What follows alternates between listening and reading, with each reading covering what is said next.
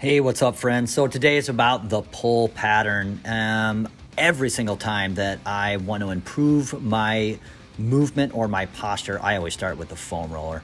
So I try and get that foam roller placed kind of in the intersection between my low back and my upper back. That's where I start, and then I really try and get into this extension move, whether my elbows are flared out like they are here or I have my elbows in.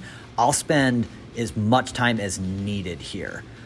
It's just so good for that back to get loosened up, especially if you're seated a lot. Here you got the cat and camel exercise. I'm doing some variations, moving left and right to stretch out the low back. Here's the child's pose. Here we got a cobra stretch. Listening to that low back. I can even make this a little bit of a press up. Working the shoulder retraction, protraction right here with just working the shoulder blades, getting some mobility up in the shoulders. A big part of the pull pattern is the retraction of the shoulder blades. Here we got, you've probably seen this in other videos, but we go through the kind of this thread the needle, it's called, or just these on all four reach throughs. You'll like that for rotation. And first exercise here, hands kind of interlocked on the head, and then just trying to get as much retraction as extension. You'll go into maybe a little bit of extension here. Try variations. It is always a best practice to, play with your range of motion and don't give up so quickly if you find a tight spot. Like, work through it just a little bit. So I can't even explain all of these. These are just, I'm listening to my body. I'm listening to what is tight, and if I do something forward, I do something in the reverse. Then I try and add rotation. This is a little spinal move that I've learned over the years to just get the spine as tall as I can and work with my head.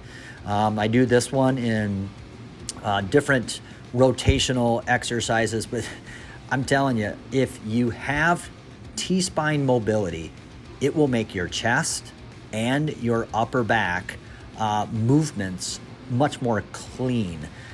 So this is why I spend so much time in rotation. I think the body is always wanting to rotate. It's just how it moves. There's always a rotational component.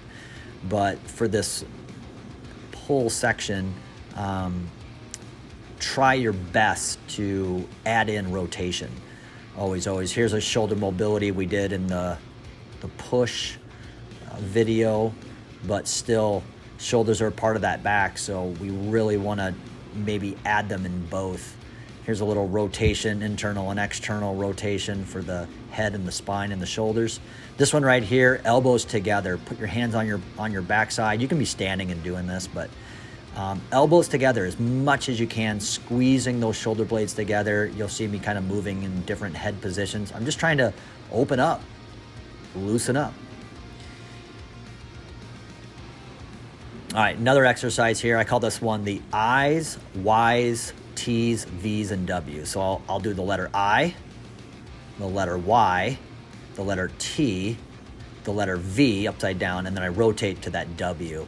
I, Y, big T, stretching, get as much as I can there.